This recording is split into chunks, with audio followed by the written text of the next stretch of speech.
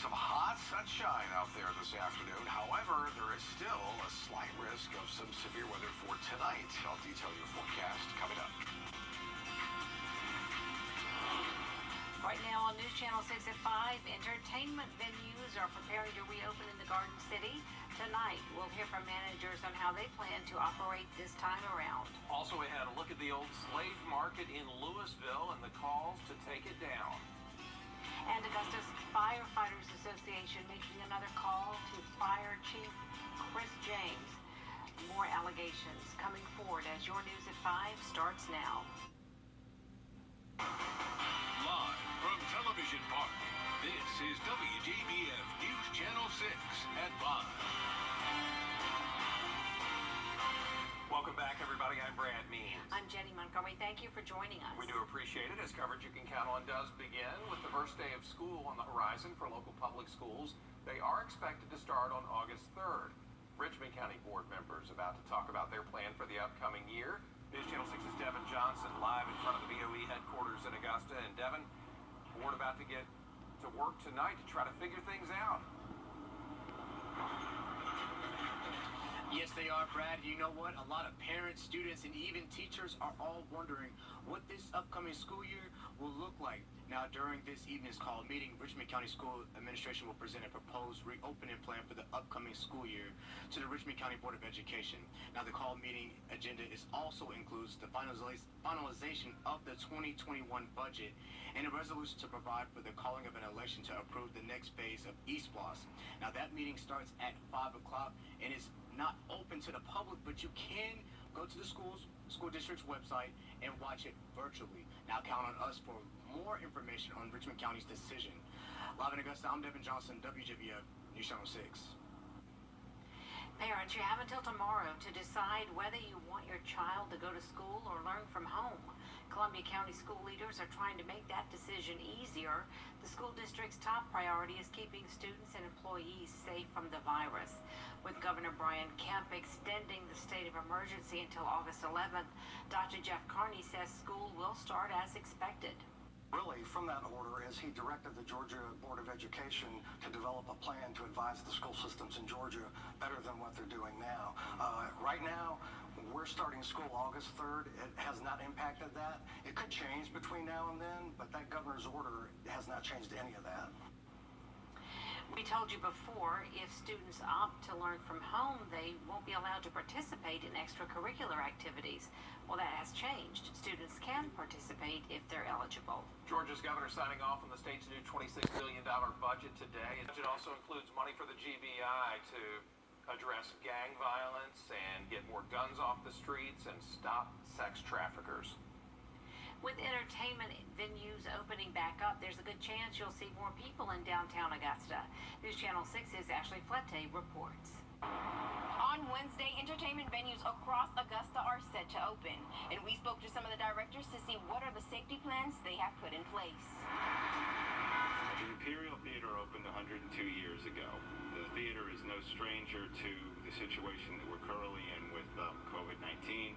Charles Cabulo says this is history repeating itself, but the difference this time around, the preparations. We've also purchased hand sanitizer freestanding units, which will be in the main lobby as well as in the what we call the organ lobby inside the theater. But the next time you visit the Imperial Theater, you can expect for some things to be different.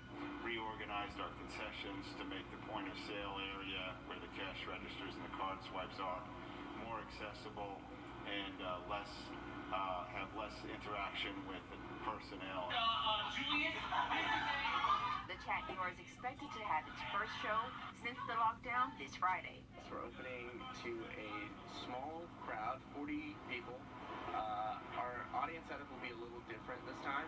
We'll have tables instead of, the full rows. Neither venue will operate at full capacity in order to try to prevent the spread of the virus. We're going to be running the theater, which normally seats 845 people. We'll be running it with about 300 people seating.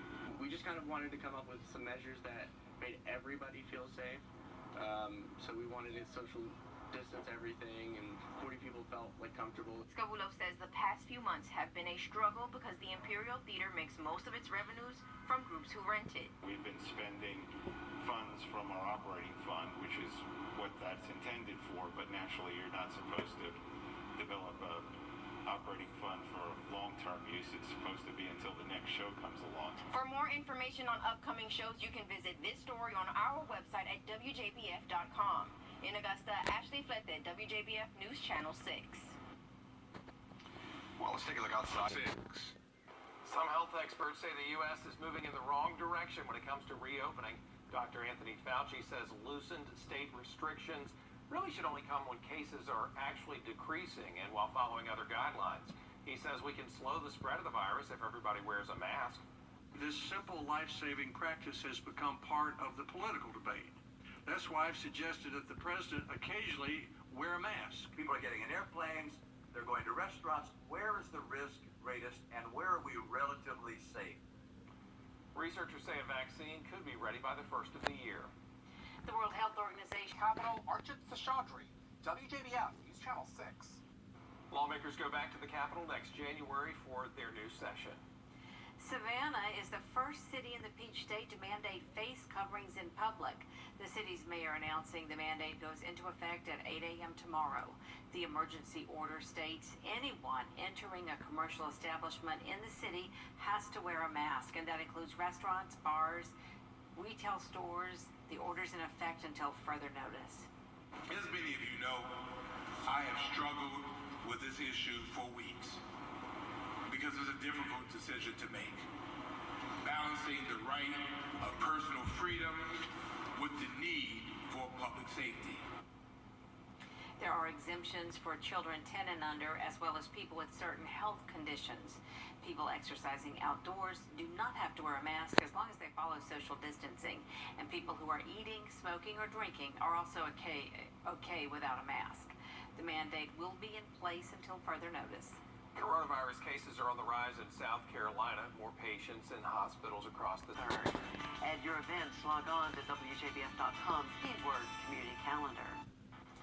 With local entertainment venues opening back up, there is a chance you'll see more people in downtown Augusta. So what's it going to look like? Here's News Channel 6's Ashley Flete. On Wednesday, entertainment venues across Augusta are set to open, and we spoke to some of the directors to see what are the safety plans they have put in place. The Imperial Theater opened 102 years ago. The theater is no stranger to the situation that we're currently in with COVID-19. Charles Cobulo says this is history repeating itself, but the difference this time around, the preparation.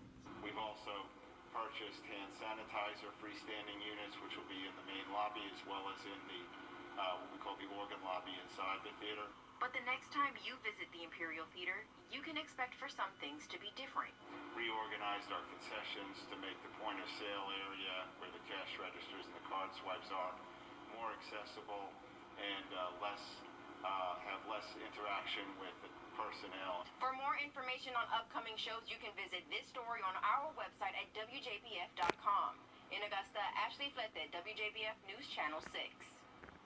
Chief Meteorologist Tim Miller back with Now, WJBF sports coverage you can count on. Bobblehead giveaways to Thirsty Thursdays to funky promotions like temporarily changing the team name to the Augusta Pimento Cheese. There's a lot to love about the Augusta Green Jackets and minor league baseball in general. But sad news today is what we feared for months has become official. There will be no minor league baseball season in 2020. Here's the official statement from MILB President Pat O'Connor. It reads in part, Major League Baseball has informed minor league baseball that it will not provide its affiliated minor league teams with players for the 2020 season. As a result, there will not be a minor league baseball season in 2020. It goes on to say that while this is a sad day for many, the announcement removes the uncertainty surrounding the 2020 season and allows our teams to begin planning for an exciting 2021 season. Silver lining for the Green Jackets, their parent organization, the San Francisco Giants, one of many teams that will still pay their players their $400 weekly stipends through September 7th. The Green Jackets season was scheduled to begin back in April. Here's the official statement from the Augusta Green Jackets. It says, quote, we had remained optimistic since March that our 2020 season would have a start date. We are saddened by the news passed down today from MLB and MILB. This marks the first time our region hasn't hosted baseball since 1987. The Green Jackets staff now working to contact ticket plan holders, members, and sponsors about the status of their current ticket packages. Some better news. congrats to former Midland Valley standout Marquette Carr. He's been named the head boys basketball coach at Chapin High School. He was the interim coach last year while former Mustang coach Mark Snellgrove battled cancer.